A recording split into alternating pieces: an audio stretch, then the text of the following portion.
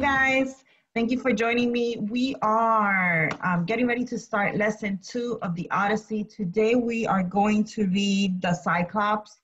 This is one of my favorite books of the Odyssey, the Cyclops. And I want to review, first let's review a little bit of what we talked about yesterday, about the books that we have already discussed yesterday. Our story actually starts when Odysseus is talking to Alcinous, who is the king of Phaeacia, right? And he's telling him his story. It's in a first-person point of view. We know that this is 10 years after the war. So this is actually 10 years after the war, and Odysseus has been on his way home from Troy for 10 years. So he's still not home, and it's already 10 years. He's about to tell King Alcinous the story, and Alcinous is going to give him a boat. He's going to gift him a boat in exchange for this tale, okay? So he's just recalling his adventures. And after he leaves Troy 10 years ago, right, because he's been on this journey for 10 years, after he left Troy, he went to Ismaris, land of the Cecones. And he talks about that his men just acted kind of foolish there, and they pillaged, and they got into a battle with the Cecones, and he lost a lot of men at that particular battle. He says that he lost 6 benches of men, and that is not like 6 benches equals 20 guys per bench. I don't know how many men could actually sit on a bench, but 6 benches full were lost there. And so he had a very big loss there, and his men just did not listen to him at this land, and they just basically did what they wanted to do. So as a punishment, Zeus sent them a storm when he was on his way home. And so this storm had them go round Malea and past Cythera. And so this is important because I'm going to show you the map, and I don't know if you can see it very well here. I know it's in part of the text that I gave you, but here you go. So this is Troy right here, and this is where Ithaca is right here. And so in order to get to Ithaca from Troy, he would have to basically go around here and go like in a U, right? Go all the way around and go to Ithaca. But instead, he was over here and he got into a storm, right? And the storm blew him all the way over here. So now he ended up all the way over here into, which is modern day Tunisia, but that's the land of the lotus eaters. And in the land of the lotus eaters, they encountered, there was a flower there that if consumed, it would force the men to forget about ever returning home, right? And just not lose their will to go home. And so now he figured that out, right? He figured out that if these guys eat these flowers, so he tied them up and he didn't let them eat the flowers. And so now they're actually on their way home from the land of the lotus eater. But their next stop isn't going to be home. It's going to be Cyclops Isle. And that is going to be your next stop. It is actually stop number 6, Cyclops Island. And Cyclops Island is somewhere in Sicily, what modern day Sicily is. So I don't know if you can still see that, but it's up here. So instead of, he went from here, oh, actually not up here, up here. So he went from here to here. And so now he's in Cyclops Island. That's the story that we are going to read today, okay? So we don't have a lot of floating around the map today, but we do have some discussion questions for Cyclops Isle. So without further ado, let's get started. And here we go. In the next land we found were Cyclopes, giants, louts, without a law to bless them. In ignorance, leaving the fruitage of the earth in mystery to the immortal gods, they neither plough nor sow by hand, nor till the ground, though grain, wild wheat and barley, grows untended, and wine grapes in clusters ripen in heaven's rain. Okay, so that's the question number 1, is to describe the Cyclopes. And we know that they're giants, they're louts, they don't work, they don't dwell together, they don't live together, they're kind of hermits, they like to live alone. in caves, and they're indifferent of what others do. They kind of do their own thing. They're not very social. So that's what he's describing the people that live on this island. Cyclopes have no muster and no meeting, no consultation or old tribal ways, but each one dwells in his own mountain cave, dealing out rough justice to wife and child, indifferent to what the others do. As we rode on, and nearer to the mainland, at one end of the bay we saw a cavern yawning above the water, screened with laurel, and many rams and goats about the place inside a sheepfold made from slabs of stone, earth-fast between tall trunks of pine and rugged towering oak trees. And the Cyclopes keep with them at all times. They have rams and goats, and they take care of their cattle. That's how they make, that's how they eat, and that's how they get nourishment. So that's their livelihood. A prodigious man slept in this cave alone, and took his flocks to graze afield, remote from all companions, knowing none but savage ways, a brute so huge he seemed no man at all of those who eat good wheaten bread. But he seemed rather a shaggy mountain, reared in solitude. We beached there, and I told the crew to stand by and keep watch over the ship. As for myself, I took my 12 best fighters and went ahead. I had a goatskin full of that So Odysseus decides to go offshore to kind of see what's happening on the island. He was curious about the Cyclops, and so he takes his 12 best fighters with him. Sweet liquor that Euanthes' son, Maron, had given me. He kept Apollo's holy grove at Ismaros. For kindness, we showed him there and showed his wife and child. He gave me... So he takes with him sweet liquor that Maron gave to him, and it's Euanthes' son who gave to him as like a gift or a thank you gift. So he takes this liquor with him to go see where the Cyclops are, because, this is a very long time ago, so he takes the liquor almost as nourishment.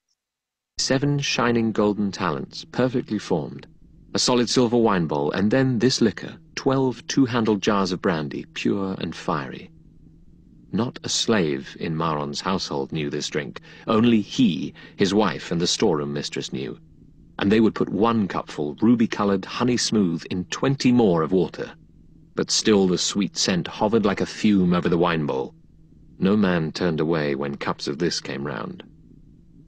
A wineskin full I brought along, and victuals in a bag, for in my bones I knew some towering brute would be upon us soon, all outward power, a wild man, ignorant of civility. We climbed then briskly to the cave, but Cyclops had gone afield to pasture his fat sheep, so we looked round at everything inside. A drying rack that sagged with cheeses, pens crowded with lambs and kids, each in its class, firstlings apart from middlings, and the dewdrops or newborn lambkins penned apart. So in this cave, the man and Odysseus find a drying rack with cheeses, pens with young goats and lambs, and vessels full of whey and milk, right? So they're looking at this cave, they're kind of exploring, and they find a bunch of stuff. Obviously, somebody lived in that cave. Apart from both. And vessels full of whey were brimming there, bowls of earthenware and pails for milking. My men came pressing round me, pleading, "Why not take these cheeses, get them stowed, come back, throw open all the pens and make a run for it? We'll drive the kids and lambs aboard. We say put out again on good salt water." Ah, how sound that was, yet I refused. I wished to see the caveman, what he had to offer. No pretty sight, it turned out. And, he had the opportunity to leave at that point, and he refused. Odysseus didn't want to leave. His men wanted to leave and, just take some of the stuff that was in that cave with them for supplies. And Odysseus did not. He refused to go. He was curious about who lived in that cave. So that curiosity kind of got to him here. For my friends. We lit a fire, burnt an offering, and took some cheese to eat, then sat in silence around the embers waiting. When he came, he had a load of dry boughs on his shoulder to stoke his fire at supper time. He dumped it with a great crash into that hollow cave, and we all scattered fast to the far wall. Then, over the broad cavern floor, he ushered the ewes he meant to milk. He left his rams and he-goats in the yard outside, and swung high overhead a slab of solid rock to close the cave. 24 four-wheeled wagons with heaving wagon teams could not have stirred the tonnage of that rock from where he wedged it over the doorsill. Next, he took his seat and milked his bleating ewes. A practice job he made of it, giving each ewe her suckling. Thickened his milk then into curds and whey, sieved out the... So this is important. This giant goes into the cave and he puts like a massive boulder in the door or in front of the door of the cave. So these men just cannot run out of there. There's a massive boulder there. This guy is a giant, and so his ability to carry weight is a lot more than what Odysseus is. And so they cannot escape. Now they're trapped in this cave with this that's actually closed with a giant boulder. Curds to drip in withy baskets, and poured the whey to stand in bowls, cooling until he drank it for his supper. When all these chores were done, he poked the fire, heaping on brushwood. In the glare, he saw us. "Strangers," he said, "who are you, and where from? What brings you here by sea ways, a fair traffic? Or are you wandering rogues who cast your lives like dice and ravage other folk by sea?" We felt a pressure on our hearts, in dread of that deep rumble and that mighty man, but all the same I spoke up in reply. "We are from Troy, Achaeans blown off course by shifting gales on the great South Sea, homeward bound, but taking routes and ways uncommon, so the will of Zeus would have it. We served under Agamemnon, son of Atreus. The whole world knows what city he laid waste, what armies he destroyed. It was our luck to come here. Here we stand, beholden for your help, or any gifts you give, as custom is to honor strangers. We would entreat you, great sir, have a care for the gods' courtesy. Zeus will avenge the unoffending guest." And so Odysseus tells the Cyclops to be hospitable, and he basically does that because, you know, according to Greek culture, if you're not hospitable to somebody who's in your house or who comes to visit you, Zeus will punish you. The god Zeus will punish you. So it's being hospitable and being courteous and, you know, offering your guests something to eat and just being kind to your guests is part of their culture. It's actually part of the culture. He answered this from his brute chest, unmoved. "You are a ninny, or else you come from the other end of nowhere telling me mind the gods. We Cyclopes care not a whistle for your thundering Zeus, or all the gods in bliss. We have more force by far. I would not let you go for fear of Zeus, you or your friends, unless I had a whim to. Tell me, where was it now you left your ship? Around the point or down the shore, I wonder?" He thought he'd find out, but I saw through. So this is interesting. The Cyclops says, "You must be dumb. You must be dumb, whatever your name is. I'm a Cyclops, and we do not care about Zeus or your rules or your customs and this hospitable thing. You must be out of your minds. So you must be crazy or stupid because Cyclops, we don't care about the rules." That's basically what the Cyclops replies. And so we're going to listen to the first lie Odysseus tells the Cyclops, and it's right here. This, and answered with a ready lie. "My ship? Poseidon, lord, who sets the earth a-tremble, broke it up on the rocks at your land's end. A wind from seaward served him, drove us there. We are survivors, these good men and I." And so the Cyclops is like, "Oh, and by the way, where is your ship?" And Odysseus tells him his first lie, which is, you know, our ship is destroyed. Poseidon destroyed our ship. We are survivors.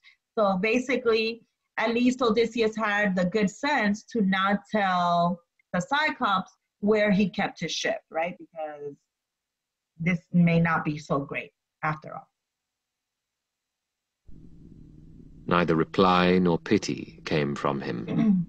But in one stride he clutched at my companions and caught two in his hands like squirming puppies to beat their brains out, spattering the floor. Then he dismembered them and made his meal, gaping and crunching like a mountain lion. Everything, innards, flesh, and marrow bones. We cried aloud, lifting our hands to Zeus, powerless, looking on at this, appalled. And so the Cyclops didn't reply about the ship being destroyed, and instead he just grabbed two of the men and he ate them. But Cyclops went on filling up his belly with man-flesh and great gulps of whey, then lay down like a mast among his sheep. My heart beat high now at the chance of action, and drawing the sharp sword from my hip, I went along his flank to stab him where the midriff holds the liver. I had touched the spot when sudden fear stayed me. If I killed him, we perished there as well, for we could never move his ponderous doorway slab aside. So we were left to groan and wait for morning. When the young dawn, with fingertips of... Remember, there's this massive boulder in the front of the door, right? So the guys cannot just readily escape. And so if he kills the Cyclops, they're going to die there as well because they just cannot get out of the cave. Rose lit up the world. The Cyclops built a fire and milked his handsome ewes, all in due order, putting the sucklings to the mothers. Then, his chores being all dispatched, he caught another brace of men to make his breakfast, and whisked away his great door slab to let his sheep go through. But he, behind, reset the stone as one would cap a quiver. So it's interesting, the next morning, he gets 2 more men, or he gets another brace of men, and he eats 2 more of the guys. So the Cyclops is just a cannibal. He's just like eating Odysseus's men. There was a din of whistling as the Cyclops rounded his flock to higher ground. Then stillness. And now I pondered how to hurt him worst, if but Athena granted what I prayed for. Here are the means I thought would serve my turn. A club or staff lay there along the fold, an olive tree felled green and left to season for Cyclops' hand. And it was like a mast, a lugger of 20 oars, broad in the beam, a deep sea-going craft might carry. So long, so big around it seemed. Now I chopped out a 6-foot section of this pole and set it down before my men, who scraped it. And when they had it smooth, I hewed again to make a stake with pointed end. I held this in the fire's heart and turned it, toughening it, then hid it well back in the cavern under one of the dung piles in profusion there. Now came the time to toss for it. Who ventured along with me? Whose hand could bear to thrust and grind that spike in Cyclops' eye when mild sleep had mastered him? As luck would have it, the men I would have chosen won the toss, 4 strong men, and I made 5 as captain. At evening came the shepherd with his flock, his woolly flock. The rams as well this time entered the cave. By some... All right, so while the Cyclops was gone, Odysseus makes a spear, right? And he comes up with this plan that he is going to stab the Cyclops in the eye with the spear. So he kind of hones the spear, and they toughen it in the fire, and they pick a certain amount of men to help him, right? And he's happy that the guys that actually were picked were the ones that he was going to choose anyways. So now the Cyclops is coming home for dinner. Sheep-herding whim or a god's bidding, none were left outside. He hefted his great boulder into place and sat him down to milk the bleating ewes in proper order, put the lambs to suck, and swiftly ran through all his evening chores. Then he caught 2 more men and feasted on them. My moment was at hand, and I went forward holding an ivy bowl of my dark drink, looking up, saying, "Cyclops, try some wine. Here's liquor to wash down your scraps of men." So what did Odysseus offer the Cyclops?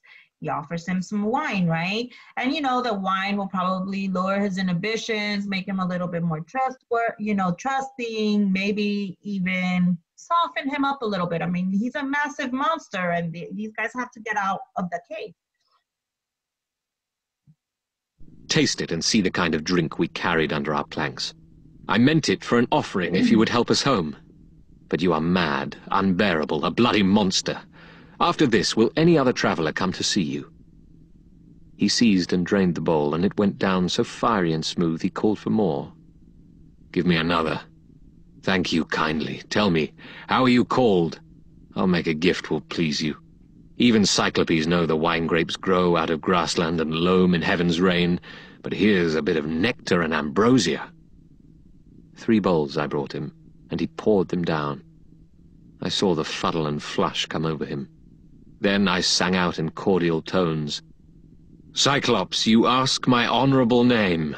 Remember the gift you promised me, and I shall tell you. My name is Nobody. Mother, father, and friends, everyone calls me Nobody." And he said, "Nobody's my meat, then." And so the Cyclops had asked Odysseus what his name was, and now Odysseus tells him that his name, he doesn't say, my name is Odysseus, he says, my name is nobody. Father, mother, everybody calls me nobody. I go by nobody. And so that's another lie, but it's an interesting one. After I eat his friends, others come first.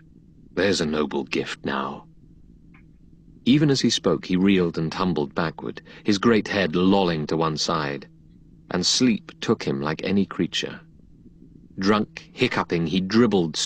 And so now the Cyclops, you know, he drank a whole bunch of wine, and now he just falls asleep. And so... streams of liquor and bits of men. Now, by the gods, I drove my big hand spike deep in the embers, charring it again, and cheered my men along with battle talk to keep their courage up. No quitting now.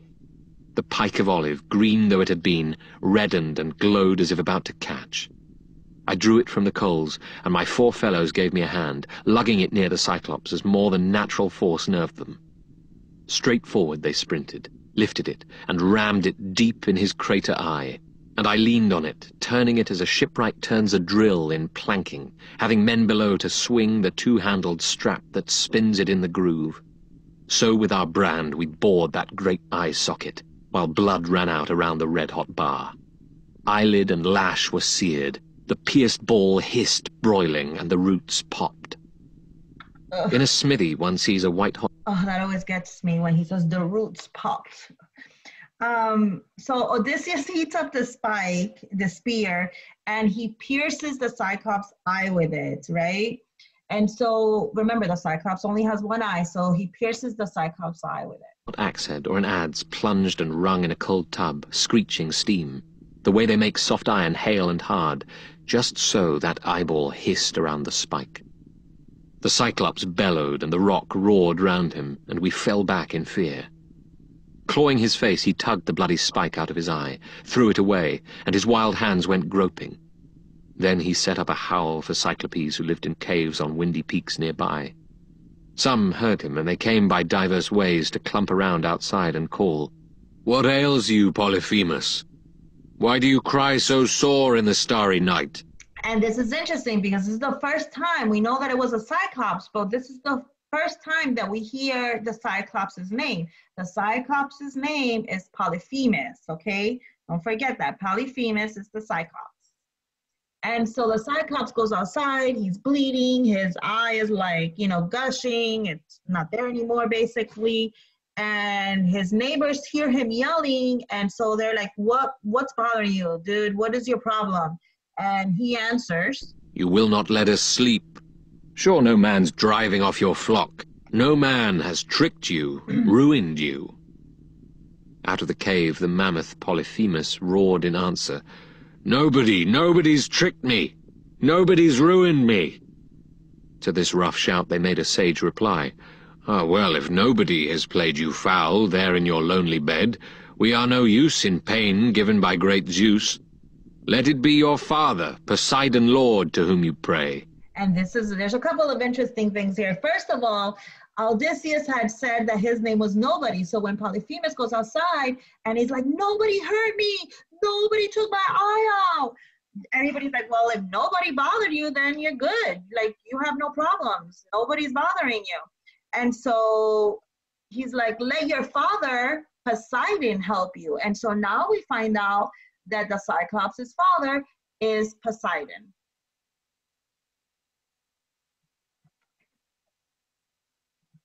Okay, here you go. So saying, they trailed away, and I was filled with laughter to see how like a charm the name deceived them. Now Cyclops, wheezing as the pain came on him, fumbled to wrench away the great doorstone, and squatted in the breach with arms thrown wide for any silly beast or man who bolted, hoping somehow I might be such a fool. But I kept thinking how to win the game. Death sat there huge. How could we slip away? I drew on all my wits, and ran through tactics, reasoning as a man will for dear life, until a trick came, and it pleased me well. The Cyclops' rams were handsome, fat, with heavy fleeces, a dark violet. 3 abreast, I tied them silently together, twining cords of willow from the ogre's bed. Then slung a man under each middle one to ride there safely, shielded left and right.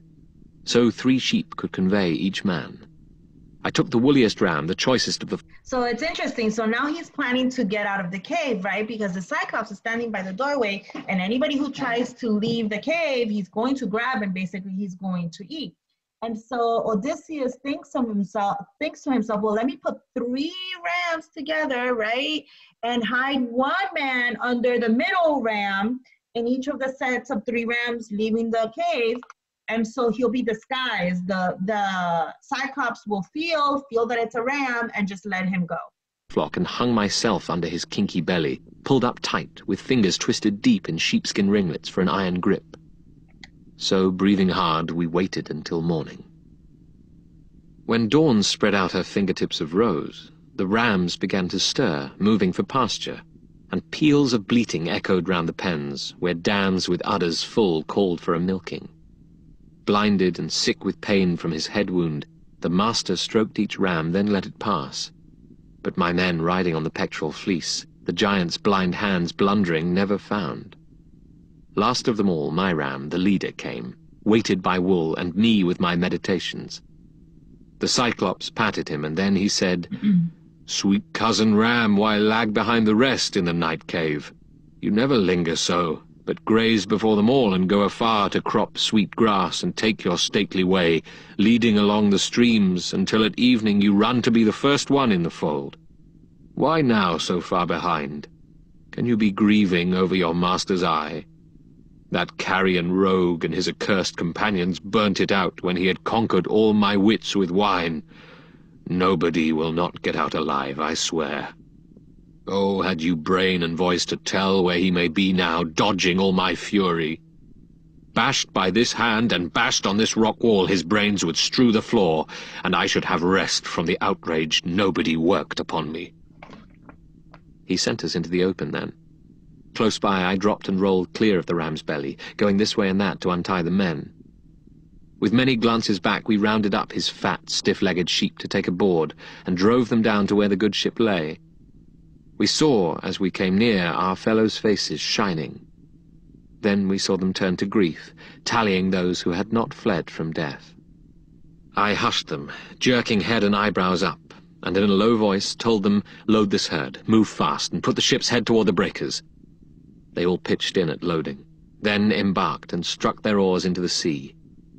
Far out, as far offshore as shouted words would carry, I sent a few back to the adversary. "Oh, Cyclops, would you feast on my companions? Puny am I in a caveman's hands. How do you like the beating that we gave you, you damned cannibal? Eater of guests under your roof. Zeus and the gods have paid you."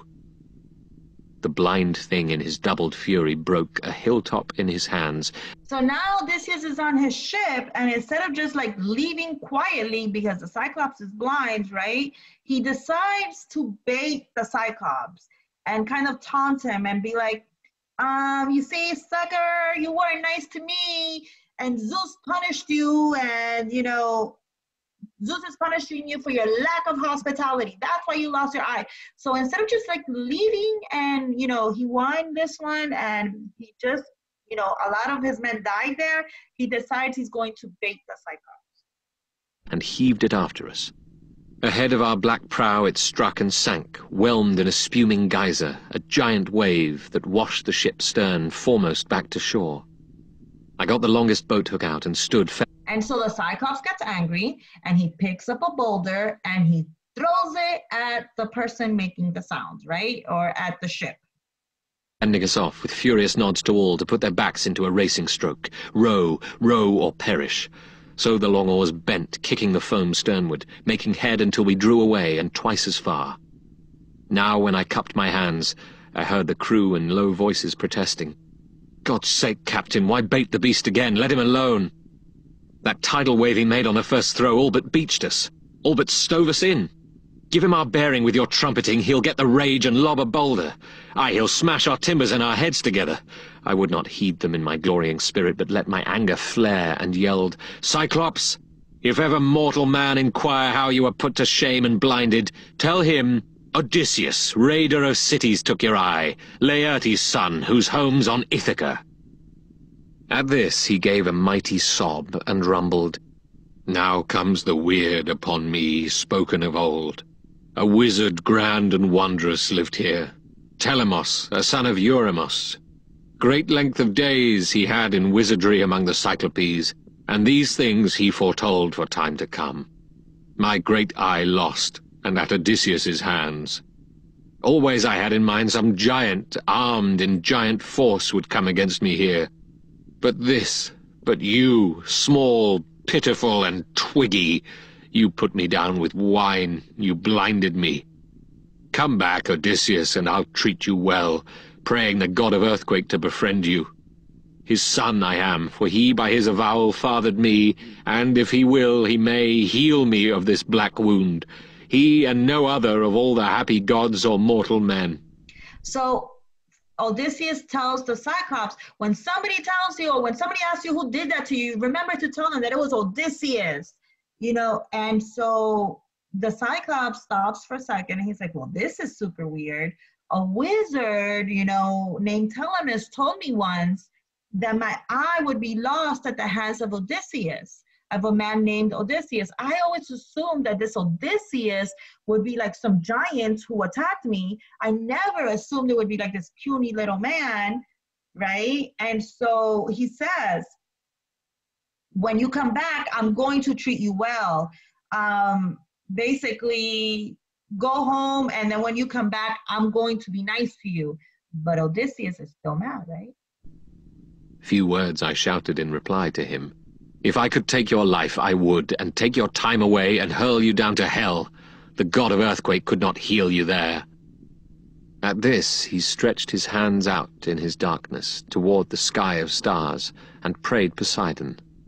And so when Odysseus tells the Cyclops, there's no way I'm coming back here. If I could kill you myself, I would. The Cyclops curses him and says, "Oh, hear me, Lord, blue girdler of the islands. If I am thine indeed, and thou art father, grant that Odysseus, raider of cities, never see his home. Laertes' son, I mean, who kept his hall on Ithaca. Should destiny intend that he shall see his roof again among his family in his fatherland, far be that day, and dark the years between. Let him lose all companions, and return under strange sail to bitter days at home." In these words he prayed, and the god heard him. Now he laid... And that's a little bit of foreshadowing, right? Because we see, and the god heard him. So here is Polyphemus, and he's praying to his father Poseidon, saying, do not let Odysseus return home, and make sure that all his men die. And now it says, and the god heard him. So we got a little bit of foreshadowing here. So it gives us some clue as to what may happen in the future. Hands upon a bigger stone, and wheeled around, titanic for the cast, to let it fly in the black-prowed vessel's track. But it fell short, just aft the steering oar, and whelming seas rose giant above the stone, to bear us onward toward the island. There, as we ran in, we saw the squadron waiting, the trim ships drawn up side by side, and all our troubled friends who waited, looking seaward. We beached her, grinding keel in the soft sand, and waded in ourselves on the sandy beach. Then we unloaded all the Cyclops' flock to make division, share and share alike. Only my fighters voted that my ram, the prize of all, should go to me. I slew him by the seaside and burnt his long thigh bones to Zeus beyond the storm cloud, Kronos' son, who rules the world. But Zeus disdained my offering. Destruction... And so when they stop, he tries to sacrifice a lamb to Zeus, right? Or a ram to Zeus, and Zeus declines the offer. Zeus is mad at Odysseus, and he just is not interested in his sacrifice, which is not good. If the gods aren't accepting your sacrifices, that's usually a sign that bad things are coming. For my ships he had in store, and death for those who sailed them, my companions. Now, all day long until the sun went down, we made our feast on mutton and sweet wine, till after sunset in the gathering dark, we went to sleep above the wash of ripples. when the young dawn with fingertips of rose touched the world. I roused the men, gave orders to man the ships, cast off the mooring lines, and filing in to sit beside the rowlocks, oarsmen in line dipped oars in the grey sea. So we moved out, sad in the vast offing, having our precious lives, but not our friends. Okay, so that is the end of this particular lesson. We went through all the discussion questions. What's really interesting here is that we, at the very beginning, we see a little bit of Odysseus's arrogance. We see a lot more of it here, right? Because he becomes a little bit arrogant once he wins this battle against the Cyclops. But we also see how clever he is and how we know that Odysseus is, like a person who thinks like 5 or 6 steps ahead of the next person. And so he really thought this plan through to the point where he named himself Nobody, which is super sneaky. And so when the Cyclops leaves, nobody hurt me, people don't come to his aid. So we see how clever he is. I hope that you're liking the Odyssey. I love this story. Please reach out to me if you have any questions. I'm going to be on Edsby all day today. Thank you for joining me. And guys, have a great, I think this is the last time we talk for this week. So have a great weekend. Okay, guys? Bye.